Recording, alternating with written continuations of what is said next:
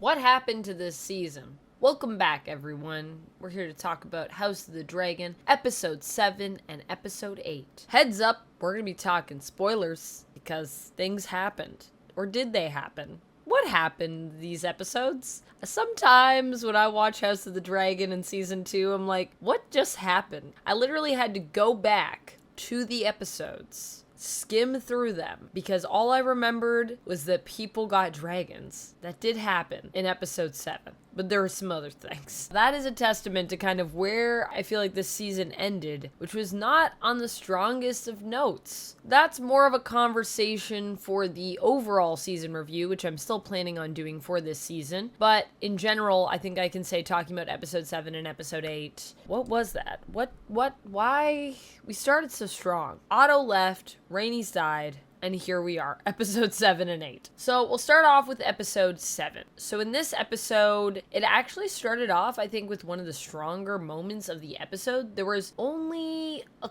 couple moments in this episode that I felt were really compelling. Both of them, I'm realizing, actually had Rhaenyra. Emma Darcy's just crushing it this season, though. Can I just say? Crushing it. I gotta say. Just very compelling to watch. So we start off with the conversation between Adam and Rhaenyra, and her trying to assess kind of where Adam's at with Sea Smoke now being the new rider of Sea Smoke, and then they kind of find out that, you know, Adam's willing to pledge his allegiance, and it's all cool. I liked that scene. I thought it was just, both characters felt like they were very present. It was very important to both of them. There's a lot on the line for Rhaenyra there, so the stakes are pretty high. And for Adam, like, this is the coolest thing that's ever happened to him in his whole life. This is basically his dream come true. To be given something that makes him this important, that makes him feel like he is actually part of a family that I think he's felt outside of for a long time, but he wanted to be a part of, unlike his brother. We'll get to that next episode, because that's how long it takes for us to get to that. Speaking of Adam, I can't wait to see what happens the next season, actually, with Adam.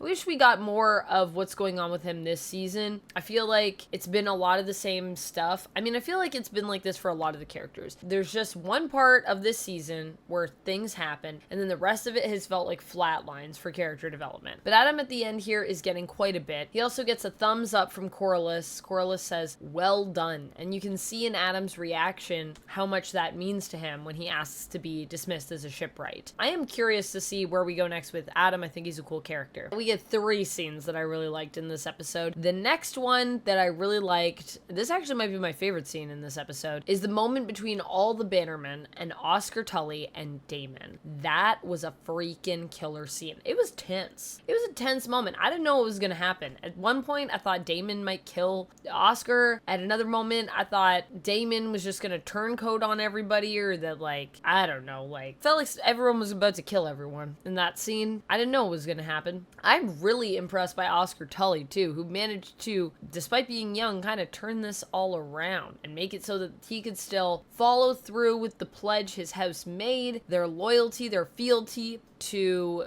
Rhaenyra, while at the same time get some payback. Well, at the same time, call it like he sees it and basically make Damon turn on a guy that was loyal to him, but who did some pretty despicable things. And I gotta say, that's another ghost for Damon. It's another ghost to be haunting him in Harrenhal, potentially, is what I thought as soon as that happened, because I was like, so that guy helped you, and now you're just gonna kill him. Wow. Does not reflect well on Damon, but did, you know, do well for him in terms of how the River Lords were able to accept him. Although at the same time, I'm pretty sure they're like, cool, so he also is willing to kill people that are loyal to him. Noted, noted, noted. Terrible man.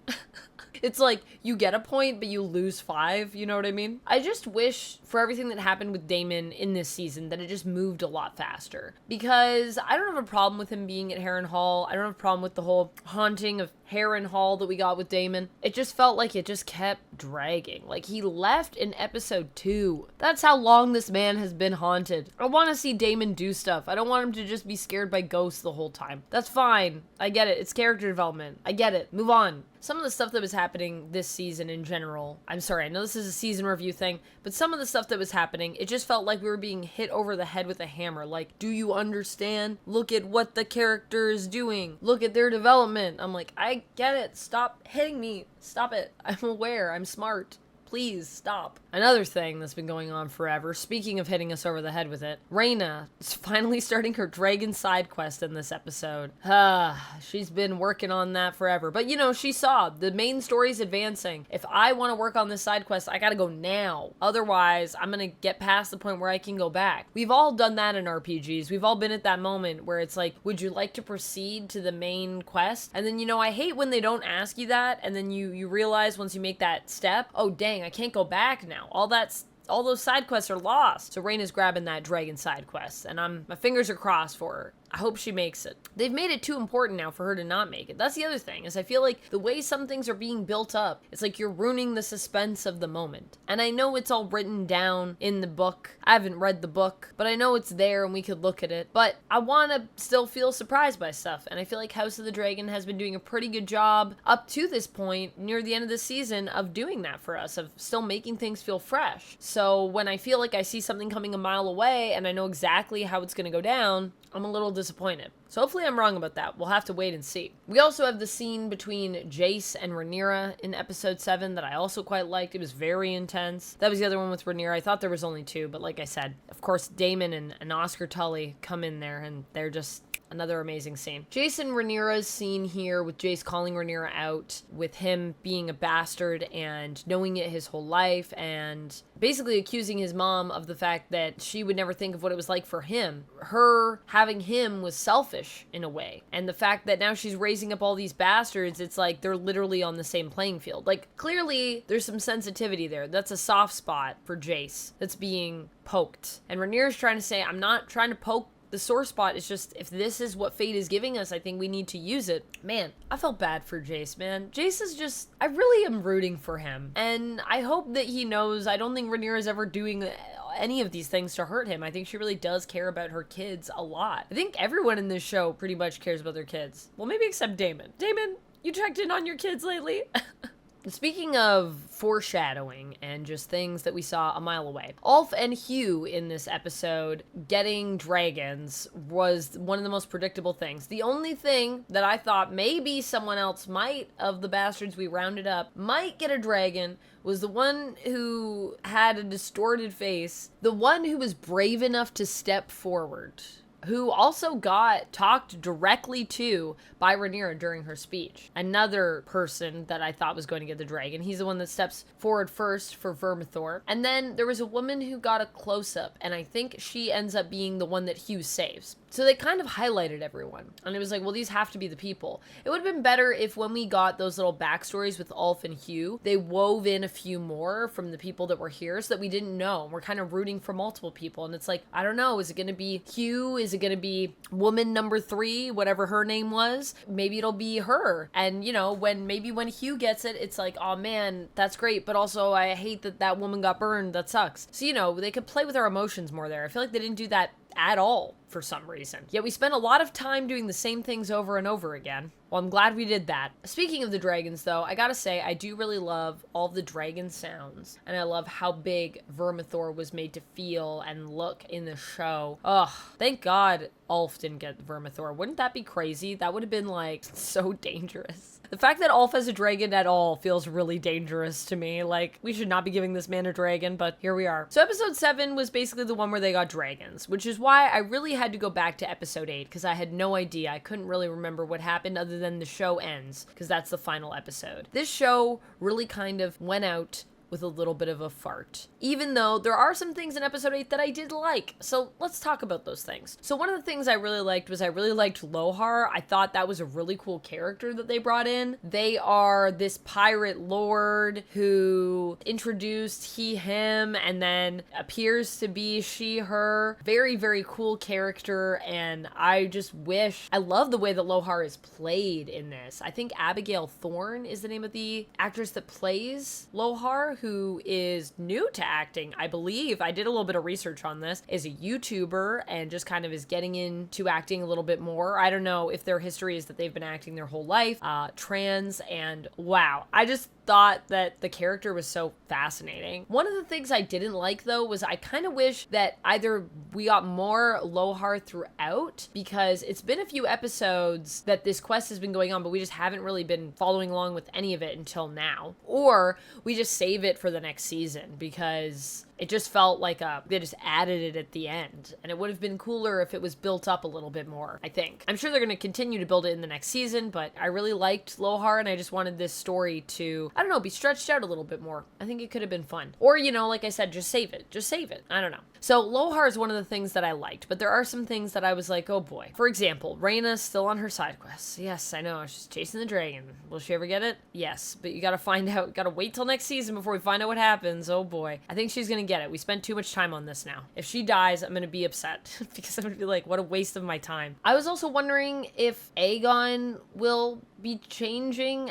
I feel like we spent a lot of time with Aegon being unwell, but we didn't really get to see too much of like who Aegon is becoming as a result of that, other than horribly disfigured and in a lot of pain. That's been most of what happened to him after his accident this season. I understand that that's what's going on, but I just want to know, like, is he kinder? Is he more cruel? What's going on with him? I guess we'll get that in season 3. There is a lot of people that also have just completely gone off the deep end, I think, in this show. Some of the wild cards, I like to call them. That's Ulf, who has no idea of the dangers of how he speaks to people in a court. I'll be surprised if Ulf makes it through all of next season, to be honest with you guys. Aemond is straight up just went completely off the deep end. He's completely lost control of everything, and he cannot accept that. And Sir Criston Cole is basically just like, nah, nothing matters. Let's just die. I was like, wow, okay. There's some character evolutions that have been brewing that I feel like they got really weird and really bleak, and I would have liked more things, to see more things happen with these people, but I guess that's going to be happening. You guessed it. Next season. Just Sir Criston Cole sniffing Alicent's handkerchief just out in the open, like right in front of her brother. Like, he's just so done. He's like, if we die, wouldn't that be great? I was like, wow, you are not okay, Sir Criston Cole. You are not okay. Speaking of people that are super okay, though, and that I wish actually got more to do in this season in general and in this show in general, Baela. I think Baela's great. She's just here talking sense to everyone all the time. That's mostly what she gets to do, and I want to see her more in action. I'm gonna say that because I think we need to give her more things to do. She's really good at just talking people down. She's always talking Jace down. She went to Corlys and was like, look, here's what it is. You're being whiny. You should be the hand. She's just a really smart character, and I want to see more of that. I want to see more of her. I also just realized, have they been repairing Corlys's ship all season? I feel like that, if that is true, I think it's true. It's been a while anyways. That feels like it is symbolism for my feelings on the season.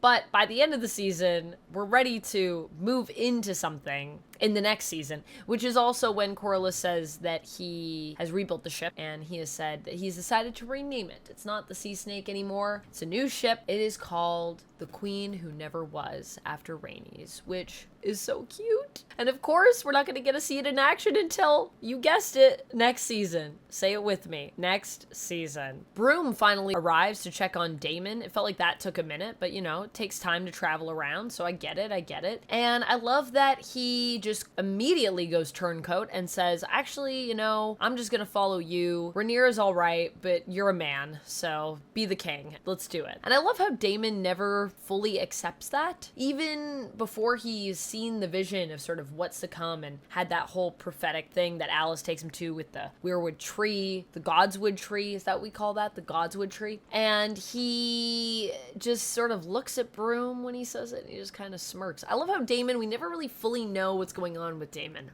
He's a bit of an enigma. He's sneaky, and he's an enigma, and he's always up to something. And I like all of this about him. I just really like Matt Smith, too, so that's always bonus. Also, did Broom deliver Rhaenyra's message? Did that ever happen? I don't think it did. Speaking of people I like, though, it isn't just confined to the main characters in this episode. The background actors are also doing some good work here. At one point, when they're at the dinner and Ulf kind of insults Rhaenyra, one of the guards that is around, you see him reach for his sword in the background. I just love that little detail. We also get a moment when Alicent is visiting Rhaenyra on Dragonstone. Very shocking. One of the knights that walks away when they're dismissed or one of the guards, I guess I should say. I don't know. They might be knights. They might not be. When he walks away, he just has this look on his eyes like, oh my gosh.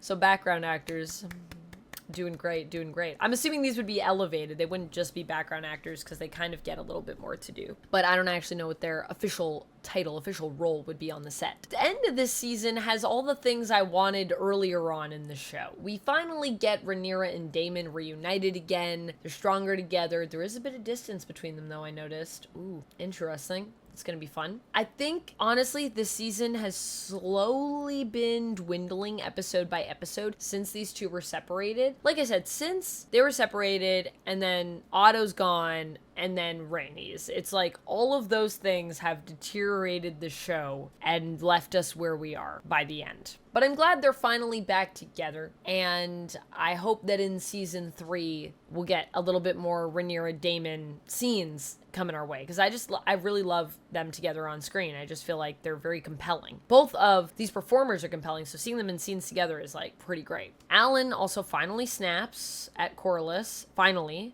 We've been building this all season. He gets to have his great monologue moment, and then that is that. I wish this had happened earlier. I feel like we could have done this sooner. So we'll see where that takes us in, say it with me, in season 3. Loved the secret meetup that we got, though, at the end of this episode with Alicent and Rhaenyra. Alicent calling on Rhaenyra on Dragonstone. Obviously, like how Rhaenyra snuck into King's Landing to see Alicent, she's kind of doing the same thing here. And she is making a plea. She's trying to make this deal where she says to Rhaenyra, I'll just give you King's Landing. All I want to do is be safe, have Helena safe, and have my daughter's daughter, my granddaughter, be safe. That's it. That's all I want. Rhaenyra's like, okay, but the reality is I'm gonna need to kill Aegon because he has a claim, and so he's gotta go. You gotta give him to me. I lost a son for a son, and Alicent even agrees to this, which is pretty crazy to see how far she has come from the beginning of this season. I will say Alicent and Rhaenyra actually feel like they've had quite a lot of consistent character evolution throughout the season. They're the two characters that I feel like we've really been consistently working on each episode. And this was also a really heart-wrenching scene for me because it kind of called back to season 1 a bit. It reminded me of when Rhaenyra in episode 1 of season 1 tells Alicent that she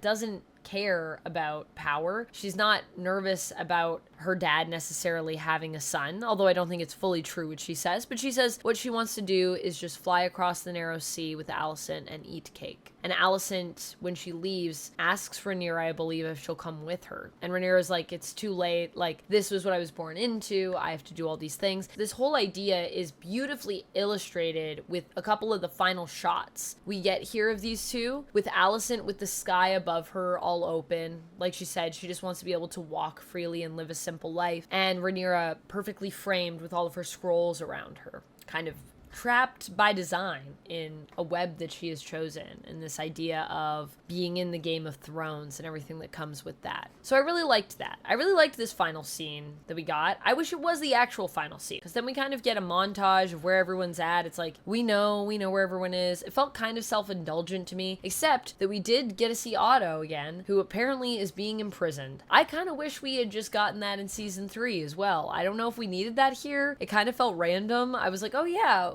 Otto hasn't been showing up. They were calling on him. Whatever happened to him? Oh, he's imprisoned. Oh, I guess that makes sense. By who? Oh, we don't get any more information because that's the end of the season. So it just left me wanting more, but not in a satisfying way. Not in a way of like, oh, I can't wait to see where that goes next. More in a way that it just felt like, where was all of that in the season that I just watched, where we repeated ourselves forever? So that's kind of what we're left with. And also I'm wondering, who wants to bet that Alicent does not make it home to follow through with her promise, or that something's going to change next season? Because I would like to make a bet on that. I don't think it's going to go well. Overall, I don't know. Episode 7, I'll give it a 7 out of 10. Episode 8, I don't know. There's some good things in episode 8, but I think I gotta give it like a 6 out of 10. Maybe even a 5 out of 10, guys. It's just, why was this structured like this? Why did this happen to us? This show came back and I said, TV has returned, and now how the mighty have fallen. So that's kind of where I'm at the end of the season. Definitely not a strong finish, but I'm hoping we can course correct in season 3. I'm still hopeful. Some people were also really upset. I'm just going to talk about this briefly because people were talking about it on the internet, and I feel like I needed to address it. People have been talking about how Dany is the prince that was promised because of the prophecy, and other people are like, she's not, it's Jon Snow. This is my opinion on it. My opinion on it is going to be that I didn't even think of that. I just thought it was a prophecy of like what is to come. And I will say that Ryan Condal was asked about that vision, and Ryan Condal said that the show is not trying to step on anyone's toes or say anything directly about anything because that's not up to them. That's the dragons are power, and that's why the dragons are in the vision. That's why Dany's in the vision. So it's not that Dany is the prince that was promised. That's not what the vision is trying to say. So people interpreting that, I didn't even think that was what it was trying to say. And then I found out there was this whole discourse online. So I just thought I'd look up and see what people were saying in terms of the people that made the show. And yeah, they literally said that's not what we're trying to say at all. So that's not what they're trying to say at all. And that's kind of where I stand. I didn't think they were trying to go one way or the other. It's literally said that they want George R.R. Martin to be the person to officially put a button on that. So until we get that final book, if I'm alive for that, we won't know. So that's basically it. That's all I have to say about episode 7 and episode 8. Let me know what you thought of these final 2 episodes down in the comments. Did you like them? Did you not? What did you like? What didn't you like? Why not? And we'll talk more in the full season review. Season 2. A surprisingly mixed bag for how strong this season started, I think. But we got 2 more seasons, so we can bring it back around. I'm excited to see what'll happen next season. I'll still be here. I'll still be watching. Will you? Let me know. Until next time, friends, stay nerdy. Bye!